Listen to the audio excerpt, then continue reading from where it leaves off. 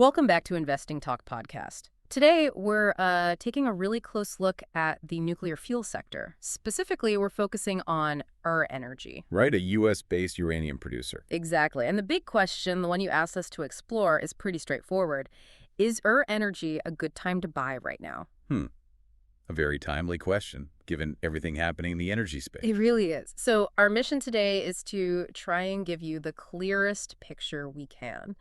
We've synthesized sources on their recent operational stuff, the wins, their balance sheet health, which is interesting, also upcoming catalysts, and we need to reconcile some, conflicting analyst views. Yeah, there's definitely a split there between the macro story and the company specifics. Definitely. We've pulled together sources covering both the opportunities and, the very real risks you got to consider. Oh, and before we really dive in, please remember to subscribe, like, and comment on this analysis. Yeah, that helps us out a lot. And if there's another company you want us to look into next time, just drop the name in the comments below. Please do. Okay, so let's kick things off. The big picture first. The core argument for Energy seems to rest on, two main things. That's right. Strong production momentum is one. Okay. And the other is this huge geopolitical tailwind. It's really favoring domestic U.S. suppliers right now. That tailwind, you mentioned it earlier, it seems like it's almost everything for this story. It really is a game changer. Yeah. The key takeaway, looking at the sources, is that Energy has managed to ramp up production quite effectively.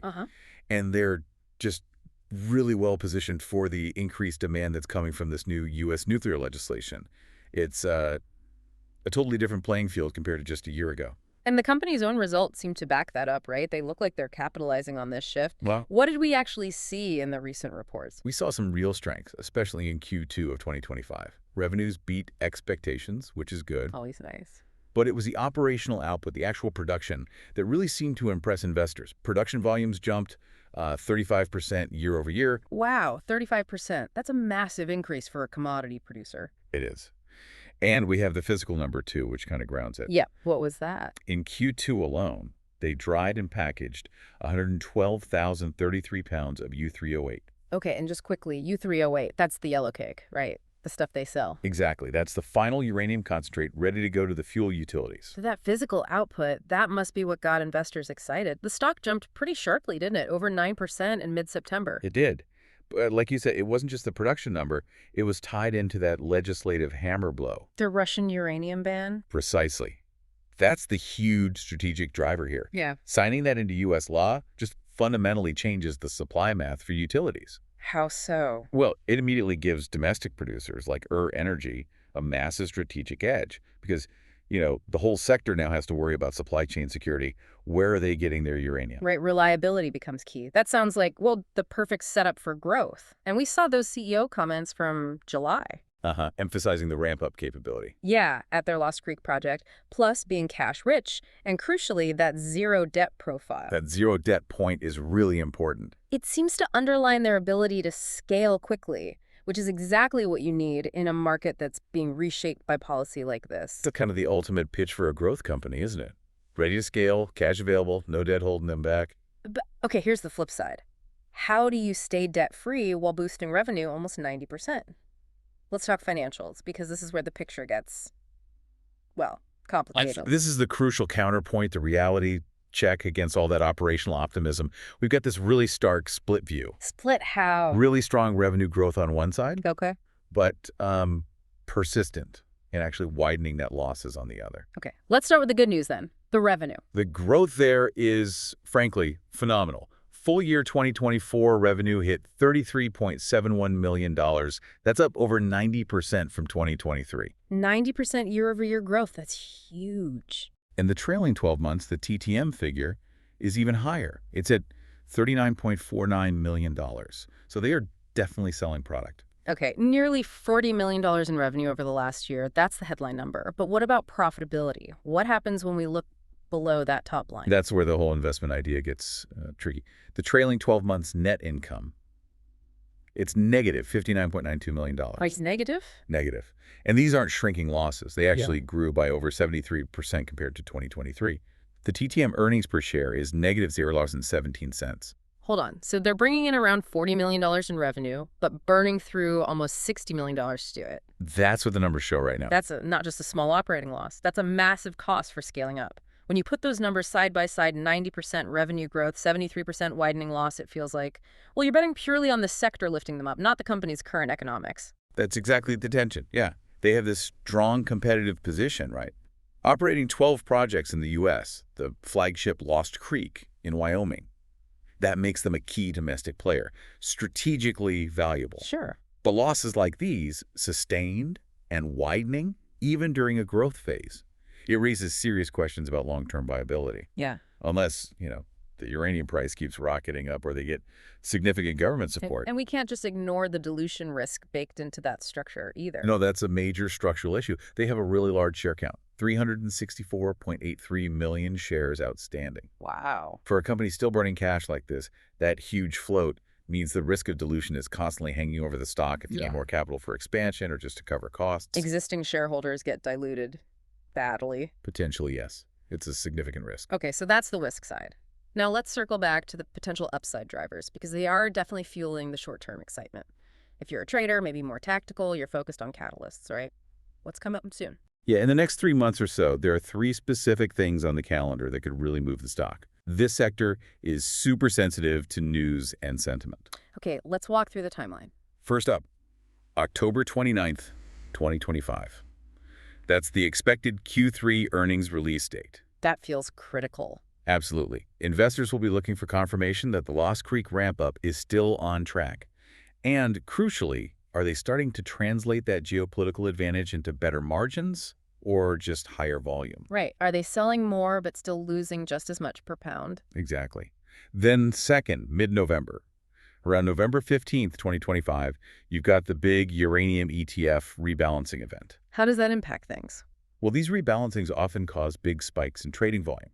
They force funds to reallocate capital, which can give constituent stocks like URG a temporary but sometimes pretty significant boost. Okay, so a potential technical driver there. And the third? That's about institutional validation. December 2nd, 2025 is the institutional holdings update. Seeing if the big money is buying in. Precisely. Given the recent price action and all the sector buzz, this report shows if new institutional players, the so-called smart money, actually bought the stock in Q3.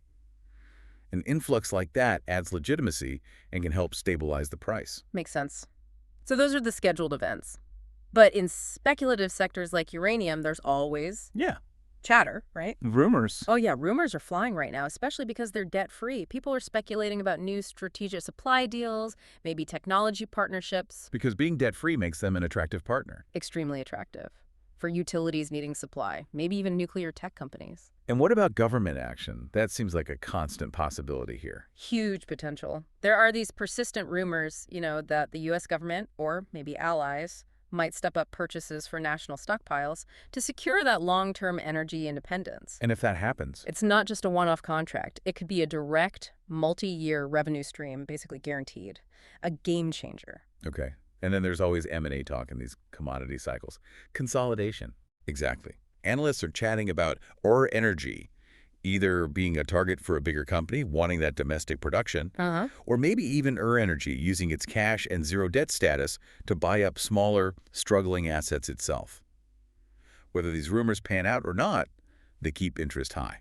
Okay, so undeniable sector momentum, legislative backing, production wins, upcoming catalysts, all fighting against those really concerning net losses and the dilution risk. Let's look at the technicals and what analysts are saying now. How's the market actually pricing all this in? Well, technically the chart looks pretty bullish right now. It reflects those recent operational wins we talked about. Okay. As of September 2025, the price was around $1.65. That's near the top end of its 52-week range, which went from about 0.55 cents up to that $1.65. So a strong recent run-up. And that momentum, is it confirmed by things like moving averages? It is, yeah. The price is trading comfortably above both key averages. The 50-day simple moving average is down at $1.34, and the longer-term 200-day is at $1.04. And when a stock's above both of those? It typically confirms a strong technical uptrend, at least in the near term. Okay, technically strong. What about Wall Street analysts? Are they buying into this momentum? What's the consensus rating? The consensus is actually very bullish. It's a strong buy rating overall, based on the sources we looked at, 4 buys and 1 strong buy. Strong buy, wow. And price targets. They're quite high. The average 12-month target falls somewhere between $2.48 and $2.63. Whoa, okay, from $1.65 currently, that's, what, 50 to 60% upside potential? That's the projection, yes. Significant upside. But hang on. If analysts are screaming strong buy with 50–60% upside, why did our synthesized source material only give the overall investment thesis like a 5.5 out of 10 rating?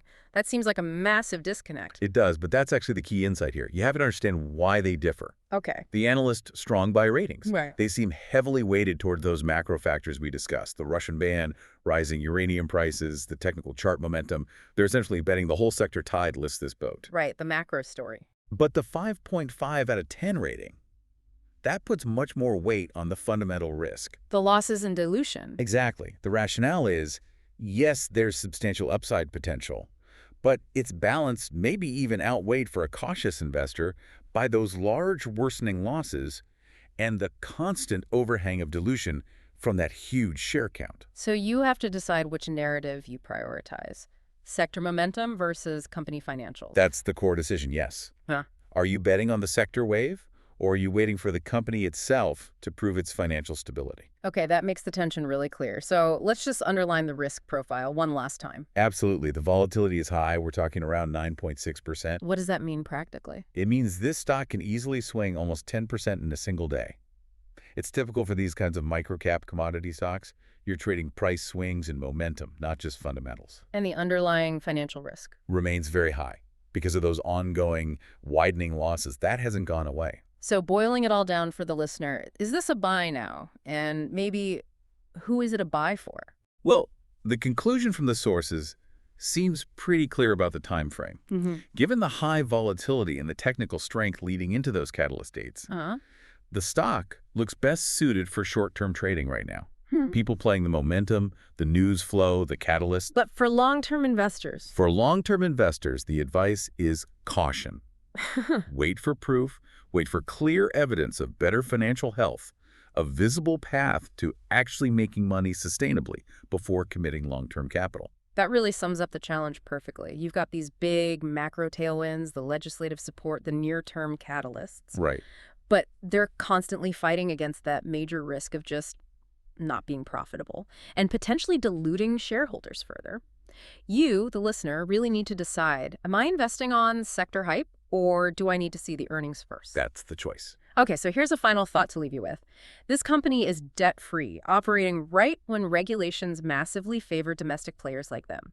How long can they actually stay debt-free while losses keep widening like this? That's a good question. And what level of, say, government help, like those potential stockpile purchases, would it actually take to flip the switch and make your energy consistently profitable in the long run? Something to chew on. Definitely something to think about. Thank you for trusting us with your research today. Yeah. And please don't forget to leave us a comment below with the name of the next company you want us to analyze.